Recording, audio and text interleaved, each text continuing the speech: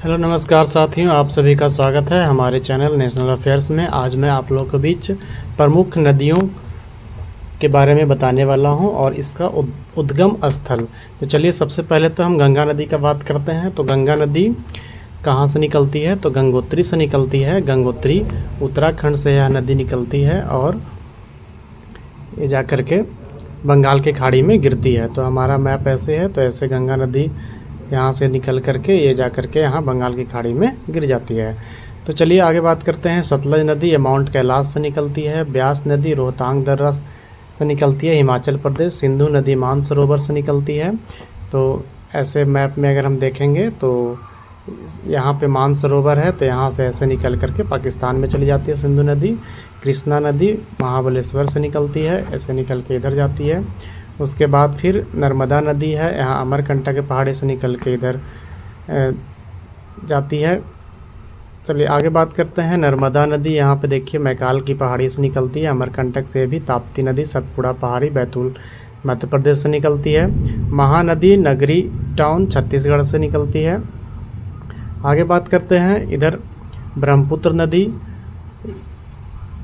येमांगडुंग तिब्बत से निकलती है। गोदावरी नदी नासिक महाराष्ट्र से निकलती है। उसके बाद साबरमती नदी है, उदयपुर अरावली पहाड़ी से निकलती है। रवि चंबा से निकलती है। पेन्नार नंदी पहाड़ी चिक्कबल्लार कर्नाटक से निकलती है। तो चलिए एक झलक हम यहाँ मैप में भी देख लेते हैं, तो किस तरह से मैप में हमारे महत्वपूर्ण नदियाँ हैं जो निकलती है। यहाँ मैप में ध्यान से देखिएगा। चलिए यहाँ पे देखिए कैसे कैसे यहाँ पे देखिए मानसरोवर की पहाड़ी है, अभी जो भी नदियाँ बताया आपको। तो यहाँ पे देखिए सिंधु नदी यहाँ से ऐसे निकल करके ऐसे ऐसे यहाँ आई है, अरब सागर में गिरती है पाकिस्तान होते हुए। इसके साथ साथ और भी इसके सहायक नदियाँ हैं, जैसे कि रावी हो गई, ब्यास हो गया, सतलज हो गया, ये सब हो गया।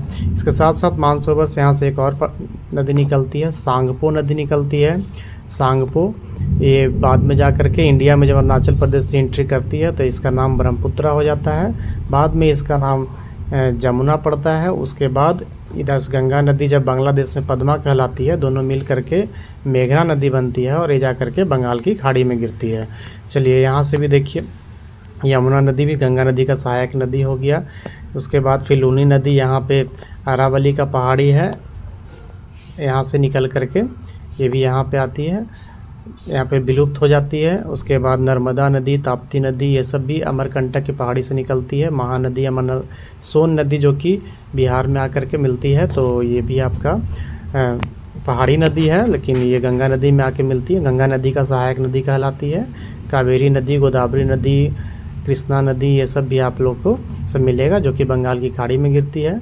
तो नर्मदा, ताप्ती, ये सब नदी हो गया जो आपका।